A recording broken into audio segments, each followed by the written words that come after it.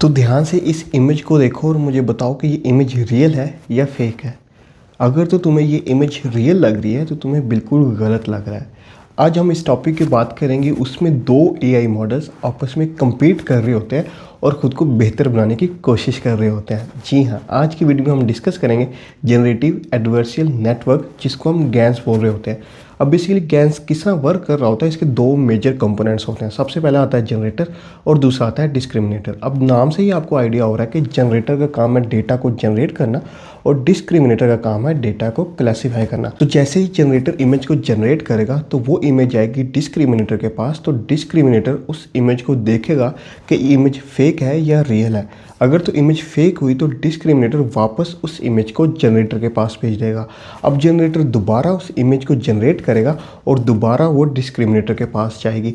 अब डिस्क्रिमिनेटर दोबारा उस पर क्लासीफाई करेगा। अगर तो उसको फेक लगेगी तो वो दोबारा जनरेटर के पास जाएगी और जनरेटर दोबारा खुद को अच्छी तरह एफिशिएंट बनाएगा और दोबारा एक इमेज जनरेट करता है।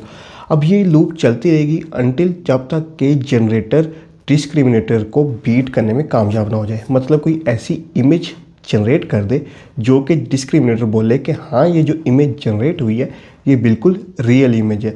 तो अब आप भी देख सकते हो कि किस तरह जनरेटर बेसिकली डेटा को जनरेट कर रहा होता है विद रैंडम नॉइस, और जो हम डिस्क्रिमिनेटर होता है उसको हम रियल डेटा पे ट्रेन करते हैं। तो दोनों मॉडल्स खुद को एफिशिएंट बनाने की कोशिश कर रहे होते हैं। तो at the end generator discriminator को बीट करके कामयाब हो जाता है, जैसे कि आपने ये इमेजेस को देखा।